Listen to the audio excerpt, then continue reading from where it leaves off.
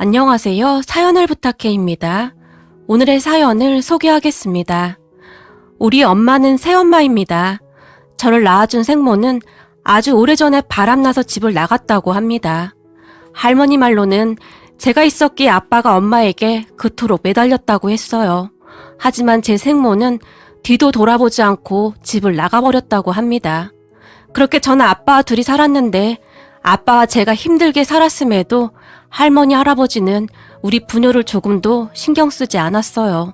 우선 우리 친가를 소개하자면 할머니, 할아버지와 첫째 큰아버지 부부, 그리고 둘째 큰아버지 부부와 그분들의 자녀들, 그러니까 제 사촌들이 있습니다. 첫째 큰아버지는 꽤 유명한 회사에 다니고 있었는데 그곳에서 직급이 꽤 높았던 것으로 기억이 납니다. 둘째 큰아버지는 대학 교수였어요. 둘째 큰아버지는 어릴 때부터 공부를 워낙 잘했다고 하는데 할아버지는 그런 둘째 큰아버지를 그렇게 아꼈다고 합니다. 본가가 큰 부자는 아니었지만 그렇다고 형편이 어렵지는 않았기에 둘째 큰아버지를 유학까지 보내면서 뒷바라지를 할 정도로 정말 많이 아꼈다고 했어요. 그리고 우리 아빠는 큰아버지들처럼 공부를 잘하지 못했다고 하는데 그런 아빠를 할아버지가 그렇게 못마땅하게 생각했기에 할아버지는 우리 아빠를 그냥 없는 사람 취급을 할 정도였답니다. 거기다 지방대를 졸업하고 몇 년 뒤 결혼할 나이가 돼서 친모를 데리고 본가에 찾아왔고 그런 아빠를 보며 할아버지의 분노가 하늘을 찔렀다고 했어요. 그렇게 아빠는 제 생모와 결혼식도 제대로 하지 못한 채 혼인신고만 하고 살았다고 하는데 그 뒤에도 할머니, 할아버지는 제 생모를 그저 유령 취급했다고 하네요. 그 뒤 얼마 후에 제가 태어났지만 생모가 대학을 나오지 못했다는 이유로 아빠 본가 사람들의 끊임없는 막말과 함께 대화에도 끼워주지 않을 정도였다는데요. 특히나 교수 부인이었던 둘째 큰엄마가 우리 엄마를 사람 취급도 안 했다고 하네요. 그리고 그러한 생활 속에 생모는 하루하루 지쳐갔다고 하는데 어느 날 아르바이트로 일하던 카페 사장과 눈이 맞았고 생모는 하루가 멀다 하고 아빠에게 이혼을 해달라고 졸랐다고 했어요. 그러다 결국 아빠가 이혼을 해줬다는데 친모는 제 얼굴 한번 들여다보지 않고 그렇게 가버렸다고 하네요. 물론 바람이 나서 집을 나가긴 했지만 저는 그런 친모를 원망하거나 하진 않습니다. 그 뒤 아빠는 홀로 저를 키우고 있었고 본가 사람들은 그런 아빠에게 더욱 함부로 했다는데 뼈대 있는 우리 집안에 너 같은 것이 어떻게 나왔는지 모르겠다. 어디서 근본도 없는 것을 데리고 와서 애까지 쳐놨더니 결국 바람나서 집을 나갔어? 할아버지가 아빠에게 입에 담을 수도 없는 막말을 했답니다. 그렇게 시간이 지났고 아빠는 우연히 갔던 미용실에서 새엄마를 만났어요.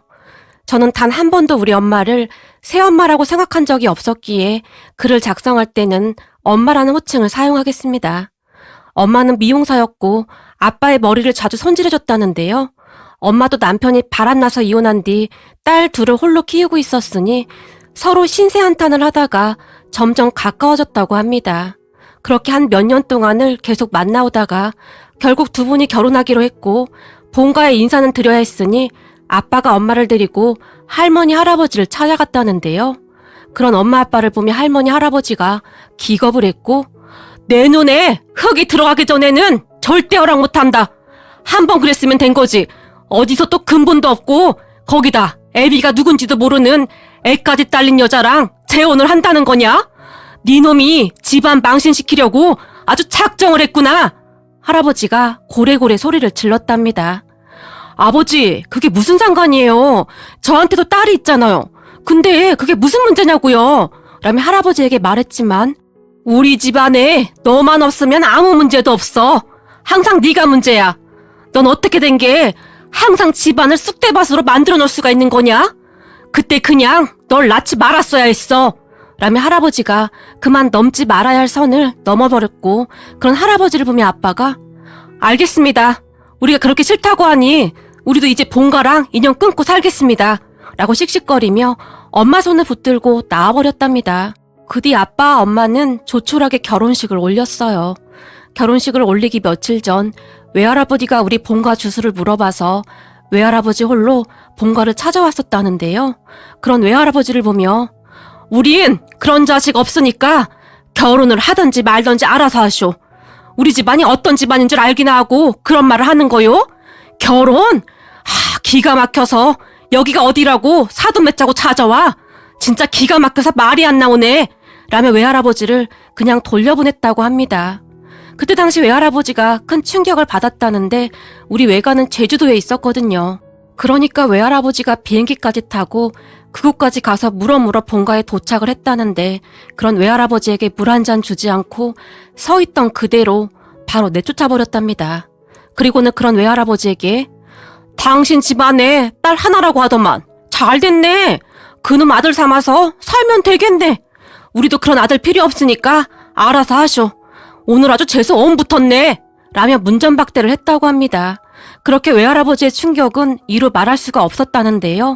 본가를 다녀온 외할아버지가 아빠를 불러 앉혀서는 그동안 자네가 참 힘들게 살았겠구만. 자네같이 착한 사람이 마음고생 많았겠어. 라며 아빠의 손을 꼭 잡아주었고 그런 외할아버지 말에 아빠가 꺽꺽 소리까지 내면서 한참 동안을 울었어요. 그런 아빠에게 자네는 이제부터 내 아들이네. 그러니까 그리 알게나. 자네 부친이 나한테 자네를 아들 삼아 살라고 하니 앞으로 그리 살아보세.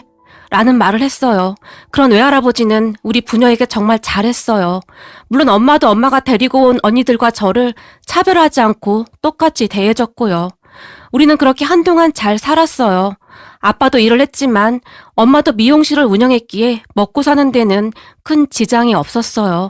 그러던 어느 날 외할아버지가 우리 가족을 모두 불렀는데 나한테 자식이라고는 니들밖에 없는데 니들이 이제 감귤 농장을 물려받아야 하지 않겠냐.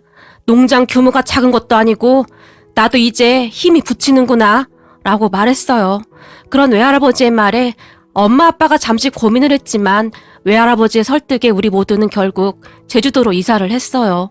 엄마 아빠는 그곳에서 외할아버지에게 감귤 농사를 배워나갔는데 사실 감귤 농장을 해서 벌어들이는 수입이 훨씬 더 좋았던지 엄마 아빠는 신이 나서 일을 했어요. 그렇게 나중에 알고 보니 외할아버지의 재산이 어마어마했는데요.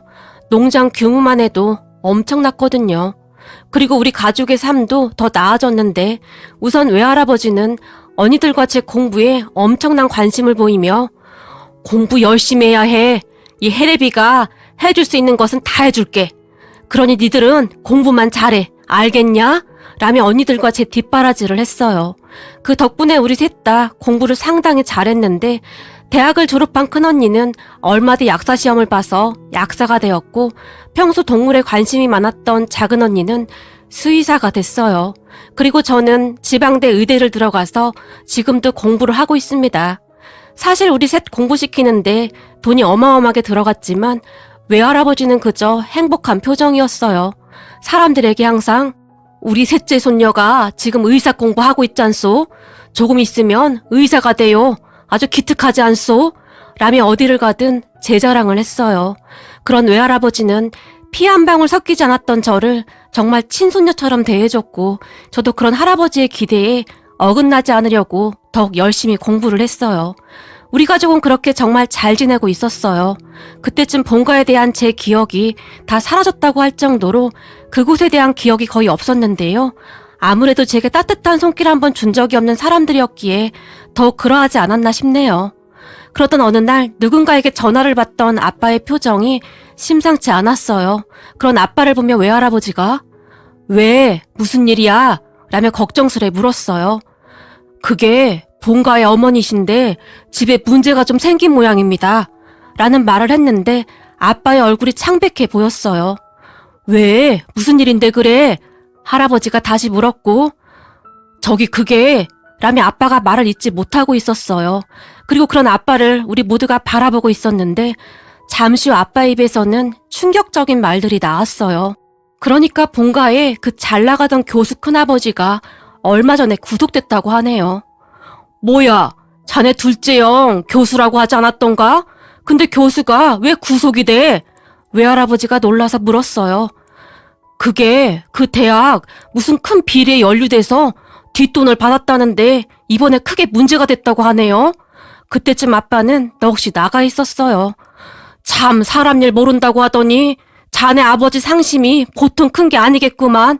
그렇게 아끼던 둘째 아들이 그리 됐으니 라며 외할아버지가 긴 한숨을 내쉬었어요. 그런데 그런 외할아버지를 보며 근데 그것뿐만이 아니라는데요. 큰형도 뭐가 잘못돼서 지금 문제가 많다고 저한테 돈 좀 빌려달라고 하네요. 그렇게 내쫓을 땐 언제고 어떻게 저한테 연락해서 돈을 빌려달라고 할 수가 있을까요? 아빠가 어이없다는 듯이 웃었어요. 그래서 자네는 어쩔 셈인가? 외할아버지가 다시 물었어요. 어쩌긴 뭘 어쩌겠어요. 이미 연 끊어진 집안인데요. 저는 이제 그쪽 집안 사람이 아니잖아요. 그러니까 상관하지 말아야죠. 라며 아빠가 담담하게 대답했어요. 그런데 문제는 그 뒤에 일어났는데요. 다급하긴 다급했던 모양인지 본가 할아버지가 제주도까지 내려왔답니다. 그리고는 내가 급해서 그러니 돈 좀 빌려다오. 네 큰형이 사고친 거 막느라 급한 대로 여기저기서 돈을 끌어다 해줬는데 지금 네 큰형이 잠적하는 바람에 큰일 났다. 지금 우리 길바닥에 앉게 생겼어. 그러니 네가 좀 도와주거라.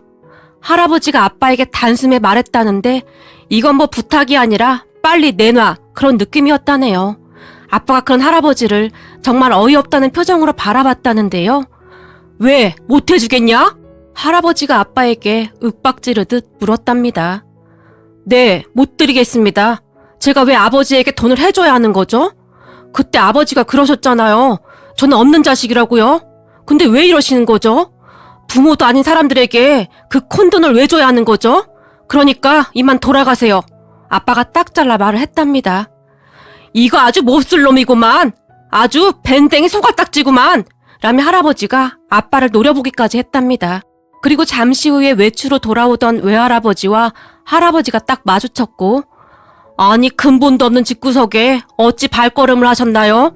라며 외할아버지가 물었어요. 아니 이 정도 광길농장이면 도대체 얼만 거요? 알고 보니 엄청 부자였네요. 할아버지가 뜬금없이 외할아버지에게 물었답니다. 그건 알아서 뭐 하시게요? 우린 할 말 없으니까 그만 가보시죠. 외할아버지가 등을 돌렸다는데요. 우리 아들이 쎄빠지가 이래서 돈 벌고 있다는데 남의 자식 데려다가 일 시키면서 너무 빡빡하게 말하는 거 아니오? 할아버지가 떽떽거리며 말했다는데요. 그런 할아버지를 보던 외할아버지가 없는 자식이라고 할 땐 언제고 이제 와서 뻔뻔하게 그런 소리를 하는 거요.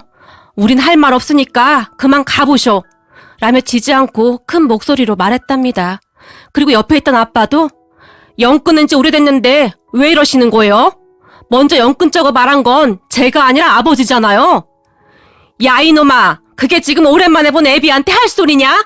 할아버지가 버럭했답니다. 우리 아버지요? 우리 아버지는 저기 계신데요? 라며 아빠가 외할아버지를 바라봤고 그런 아빠의 말에 외할아버지 얼굴이 순간 밝아졌다고 합니다. 이런 정신이 쑥 둘러빠진 놈아. 널 낳아준 건 우리인데 어째서 저 영감 보고 아버지래? 모르겠고 우리 아버지는 저기 계시니까 그만 가보시죠. 우린 지금 바빠서요. 오늘 오랜만에 우리 딸들이 다 온다고 해서 딸들 데리러 가야 해서요. 라고 말한 아빠가 외할아버지 곁으로 다가가서는 아버지, 오늘 우리 딸들 오는데 맛있는 거 먹으러 가야죠. 우리 아버지 덕분에 애들이 어찌나 잘 컸는지 밥을 안 먹어도 배가 부르네요. 아빠가 큰 목소리로 말을 했다는데요. 그러게 말이다. 약사 손녀, 의사 손녀, 수의사 손녀 온다고 하는데 빨리 준비하자꾸나. 외할아버지가 신이 난 채 말을 했고 그 말을 듣던 할아버지의 눈이 커졌다고 합니다. 뭐야? 누가 의사야? 우리 손녀가 의사 됐냐? 그 말에 아빠가 옆에 있던 외할아버지를 보며 우리 딸이 지금 의대 다니는데 곧 의사 되겠죠? 아빠가 다시 활짝 웃었답니다. 그 뒤 할아버지는 우리 아빠에게 쫓겨나다시피 나갔다고 하는데 가기 전에 할아버지가 아빠를 보며 그러지 말고 우리 좀 도와다오. 내가 없는 살림에 비행기까지 타고 왔는데 우리 진짜 거리에 나앉게 생겼다. 그러니까 네가 좀 도와다오. 할아버지가 애원했다고 하지만 그때 우리 장인어른이 어렵게 찾아갔을 때 그렇게 모질게 했다면서요? 우리 장인어른이 지금 소금 안 뿌린 걸 감사히 생각하고 그만 가세요. 아빠가 할아버지를 매몰차게 내쫓아버렸답니다. 그리고 그렇게 쫓겨난 할아버지가 혼비백산했다는데 그렇게 집안이 하루아침에 폭삭 망했다고 하네요. 우리 아빠에게 낳지 말아야 했다는 말까지 했던 사람들이 하루아침에 그리 되었다니 제 입장에서는 참 잘 됐다는 생각까지 들었어요. 생각해보세요. 아빠가 생모와 이혼한 뒤 저 키우느라 엄청 고생했거든요. 할머니, 할아버지는 그런 우리 부녀를 아예 못 본 척했고요. 어느 날은 저를 맡길 곳이 없어서 아빠가 일하는 곳까지 따라간 적도 있었어요. 그랬기에 저는 할머니, 할아버지에게 어떠한 정도 느껴보지 못했습니다. 하지만 외할아버지는 전혀 다른 분이셨어요. 어느 날은 손편을 빚던 제게 우리 막내 손녀는 손이 야물딱져서 뭘 하든지 다 잘할 거야. 외할아버지가 활짝 웃으며 말했어요. 그리고 또 어느 날은 너는 세상에서 제일 귀한 사람이란다 라는 말을 했어요. 그런 외할아버지의 말은 제게 큰 위안이 되었는데 본가의 할머니, 할아버지에게 쓰잘데기 없는 것, 지엠이 닮아서 똑같을 거야. 비난만 받고 살았던 제게는 큰 충격이었다고 해야 할까요? 그때 제 마음속 깊은 곳에서 난 뭐든지 할 수 있어 라는 생각이 처음으로 생겼으니까요. 외할아버지는 항상 그렇듯 제게 진심 어린 말들을 하셨고 외할아버지의 표정과 말투를 보며 조금씩 마음의 문을 열어갈 수 있었어요. 그러던 어느 날 외할아버지에게 할아버지는 내가 나중에 뭐가 됐으면 좋겠어? 제가 물었어요. 넌 뭐가 되고 싶은데? 나? 글쎄, 난 할아버지가 좋아하는 거 할래. 뭐야, 네가 좋아하는 걸 해야지. 왜 이 할애비가 좋아하는 걸 해? 왜냐면 난 할아버지가 세상에서 제일로 좋으니까. 아이고, 우리 예쁜 강아지가 어쩜 이렇게 예쁜 말만 할까나? 이 할애비는 우리 이쁜이가 의사 되면 좋겠다. 훌륭한 의사가 돼서 아픈 사람들 고쳐주면 좋겠어. 라며 외할아버지가 큰 소리로 웃었어요. 알았어. 그럼 나 의사 될게. 진짜? 그럼 이 할애비가 밥을 안 먹어도 배부르지. 힘들게 사는 사람들 도와주는 그런 의사가 되렴. 막 돈만 버는 의사가 아니라 힘든 사람들 도와주는 그런 의사 말이야. 외할아버지는 제게 항상 그러한 당부를 하곤 했어요. 그리고 제가 의대에 가게 된 것은 단지 그 이유에서였어요. 우리 외할아버지가 원했던 것이었으니까요. 그리고 그런 외할아버지의 가치관은 제 마음속 깊이 자리 잡게 되었고 외할아버지가 말하던 그런 마음 따뜻한 의사가 되기 위해 노력하고 있어요. 우리 외할아버지는 항상 돈보다 더 중요한 건 사람이라고 했으니까요. 그 뒤 한참 후에 본가의 소식을 들었는데 정말 힘들게 산다고 하더라고요. 그 소식을 들은 외할아버지가 그래도 자네를 낳아준 부모인데 자네 맘 불편하면 이라고 말을 하고 있었는데 그 말을 듣던 아빠가 아닙니다. 불편할 것도 없습니다. 이게 말이죠. 돈이 없어서 우리 부녀를 모른 척했다면 저도 이해했을 겁니다. 그런데 말이죠. 제 친부모 형제가 맞을까 싶을 정도로 매몰찼어요. 그 추운 겨울날 딸을 맡길 곳이 없어서 어머니 아버지에게 전화를 해서 며칠만 봐달라고 했는데 바람 펴서 짐 나간 그 여자 자식을 우리가 왜 봐주냐? 괜히 우리 집안에 부정 타니까 데리고 올 생각도 하지 마라. 라고 한 사람들입니다. 제가 그때 우리 딸을 안고 출근을 하는데 말입니다. 어찌나 서럽던지 눈에서 눈물이 멈추지 않았어요. 그랬던 사람들한테 제가 정이 남아있겠습니까? 저는 관심도 없습니다. 그러니까 신경 안 쓰셔도 됩니다. 라며 단호하게 말했어요. 그런 아빠의 말을 들으며 친부모 친형제가 어쩌면 그럴 수가 있을까 여전히 이해가 되질 않는데요. 그 힘든 시절 아빠와 제게 조금만 베풀었다면 아빠가 저리도 매몰차게 하진 않았을 텐데 하는 생각이 들어서 마음이 아팠어요. 하지만 결국 그것도 그들의 몫이 아닐까 하는 생각이 드네요. 그리고 우리 가족은 현재 행복하게 잘 살고 있어요. 우리 외할아버지가 항상 건강하셔서 오래오래 우리 곁에 계셔주셨으면 좋겠습니다. 그리고 우리 엄마한테도 감사한 마음뿐입니다. 제가 사춘기 때 우리 엄마를 힘들게 했었는데 우리 엄마가 그런 저를 끌어안고 어찌나 눈물을 흘렸는지 모른답니다. 엄마, 내가 엄마 힘들게 한 거 정말 미안했어. 앞으로는 내가 다 갚으며 살게. 세상에서 제일 사랑하는 우리 외할아버지, 우리 엄마 항상 건강해야 해. 오늘의 사연은 여기까지였습니다. 즐겁게 보셨다면 구독, 좋아요 부탁드립니다.